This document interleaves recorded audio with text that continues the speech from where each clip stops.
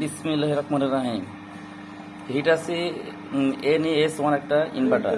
Hitachi NES1 একটা inverter. এই ইনভার্টারতে আমরা 150 ওয়াটের মোটর চালাচ্ছি, কিন্তু আমার সিস্টেমটা হচ্ছে এটা হচ্ছে ডিসি ইনজেকশন ব্রেক সিস্টেম। অর্থাৎ মোটর রানিং মোটর ইনভার্টার দিয়ে কেমনে ব্রেকিং করা হয় সেই সিস্টেমটাই আমরা এই ইনভার্টারের প্রোগ্রাম দিয়ে এই মোটরকে ব্রেক কন্ট্রোল করবো।